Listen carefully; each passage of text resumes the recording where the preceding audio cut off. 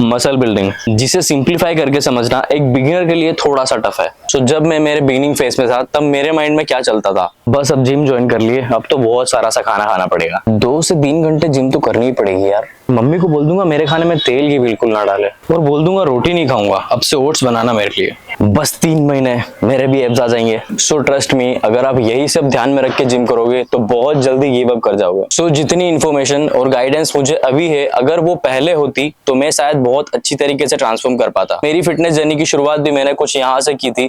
मैं एक स्किनी सा लड़का हुआ करता था जिसके पास कोई गाइडेंस नहीं थी, ना तो मेरे पास मोबाइल फोन था जिससे मैं यूट्यूब, इंस्टा या कोई गूगल के थ्रू में बहुत सारी सी इन्फॉर्मेशन कलेक्ट कर पाऊं, मगर फिर भी मैं अपनी फिजिक को यहाँ तक लेकर आया। I know I have done lots of mistakes, तो यही सारी मिस्टेक्स मैं आज की वीडियो में कवर करने वाला हूँ, जो शायद आप भी रिपीट कर रहे होंगे। सो मेरी ये वीडियो का पर्पस पूरा यही है कि आप ये मिस्टेक से बच पाओ और you can transform much better than me. So the mistake number 1 is not taking benefit of newbie gains. तो जिम ज्वाइन करने के बाद जो भी एक बिगिनिंग फेज आता है, ये टाइम एक ऐसा टाइम होता है जहाँ पे आप जो भी एफर्ट्स पुट करोगे उसका आउटपुट बहुत ही बेहतर मिलेगा। अगर एग्जांपल के थ्रू समझाऊं तो your body will respond as same as an enhanced athlete. अब इस पॉइंट से मेरा मतलब ऐसा नहीं है कि आप स्टार्टिंग के ही बिगिनिंग फेज में एक इनहैंस्ड एथलीट की तरह दिखने लगोगे, बट आपकी बॉडी कुछ इसी तरह रिस्पॉन्ड करेगी। सो मुझे जिम करते करते ऑलमोस्ट 4 साल हो गए हैं, और अगर मैं मेरा डाइट और वर्कआउट शेड्यूल पूरा ऑन पॉइंट रखूं तब भी मेरी बॉडी मैक्स टू मैक्स एक ईयर में 1 या 2 kg के आसपास मसल पुट ऑन करेगी। मगर अगर कोई न्यूबी है, सो अगर मैं उसको मेरी सेम डाइट और वर्कआउट प्लान अगर दूं तो वो बहुत इजीली 10 to 12 kg गेन कर पाएगा।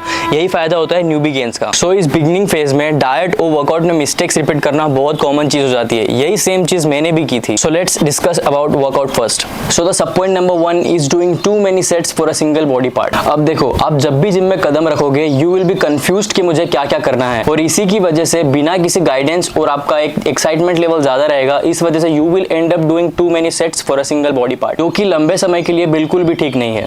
आई नो कि it will also gain some amount of muscles, but still हमें न्यूबी गेन्स का फायदा उठाना है, तो हमारा मैक्सिमम रिटर्न हमें चाहिए। इसी के लिए आपका वर्कआउट और डाइट एक स्ट्रेटेजिक वे में हो तो ज्यादा बेहतर होता है। अगर मैं एक न्यूबी होता और मुझे सेम गाइडेंस होती तो मैं इंस्टेड ऑफ दैट क्या करता, तो मैं कुछ 2 या 3 एक्सरसाइज चूज करता जिसमें मेरे जॉइंट्स में कंफर्ट हो और मैं किसी भी अननेचुरल मूवमेंट से बॉडी को पुश नहीं कर रहा हूँ, और उसी 2 या 3 एक्सरसाइज पे मैं प्रोग्रेस करता। अब आपको लगेगा कि सिर्फ 2 या 3 एक्सरसाइज मतलब सिर्फ 6 से 9 सेट्स, क्या ये इनफ है? तो इसी के लिए हम लोग चलते हैं हमारे सब पॉइंट नंबर 2 पर, not taking your sets to failure. अब बिलीव मी और नॉट, अगर आप अपने सेट्स को फेलियर तक लेकर जाओगे तो एक सिंगल एक्सरसाइज में अगर आप 2 सेट भी परफॉर्म करोगे वो आपके लिए इनफ होंगे, या मैक्स टू मैक्स 3 सेट्स। अब फेलियर से मेरा मीनिंग यही है, अगर आपका सेट कुछ इस तरीके से नहीं दिख रहा है, बिलीव मी और not, you are still under the comfort zone.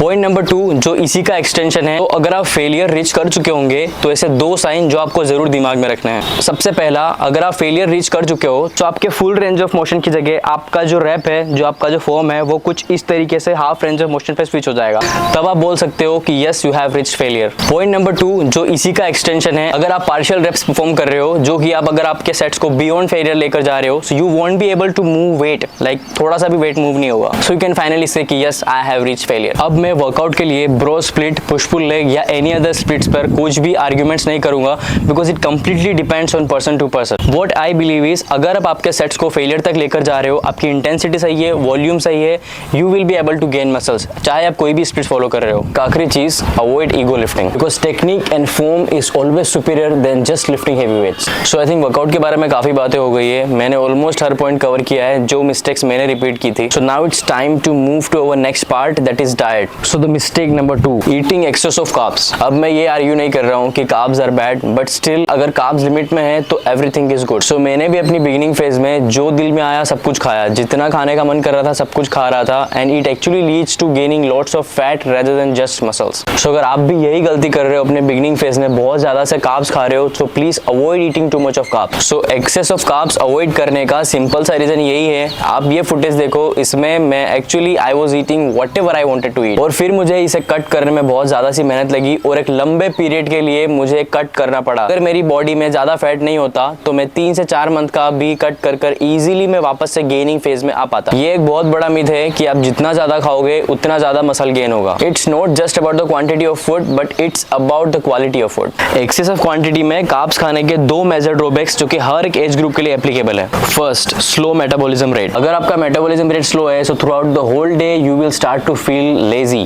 और वो सिंपल से आपके हर एक वर्क फ्लो फ्लो पर इम्पैक्ट करेगा। अभी हम एक ऐसे एज ग्रुप पर है जहाँ पर हमको फोकस रहना बहुत ज़्यादा इंपॉर्टेंट है, even in terms of study, even in terms of diet, even in terms of health, और व्हाटएवर जो भी आपका वर्क फ्लो हो, इवन अगर आप आपका पैशन भी फॉलो कर रहे हो तो भी आपको फोकस रहना बहुत ज़्यादा इंपॉर्टेंट है। सो अगर आप एक्सेस ऑफ कार्ब्स खाते हो वो एक्चुअली इंपैक्ट करेगा आपके मेटाबॉलिज्म को, और यू विल फील लेजी, और आप आपके वर्क पर अच्छे से फोकस नहीं कर पाओगे। So the drawback number 2 is gaining unnecessary weight. Most of the beginners feel so satisfied जब उनका वेट स्केल का नंबर ऊपर जा रहा होता है, जो कि प्रोग्रेस ट्रैक करने का एक सही उपाय नहीं है। अगर सच में आपको प्रोग्रेस ट्रैक करनी हो, अगर आपका वेट ऊपर जा रहा है तो अगर साथ साथ आपकी स्ट्रेंथ भी बढ़ रही है, दोनों लेवल कर रहे हैं, तभी आप सोच सकोगे कि नहीं आपका प्रॉपर प्रोग्रेस हो रही है। सो मोरल ऑफ द स्टोरी, सिर्फ वेट को ध्यान में रखने की बजाय अपनी स्ट्रेंथ लेवल पर ध्यान दो, वो ज्यादा इंपैक्टफुल होगा in terms of gaining muscle. This is the end of the video. I hope आपको वीडियो अच्छी लगी हो। अगर आपको वीडियो हेल्पफुल लगी हो तो please do like, share and subscribe to the channel.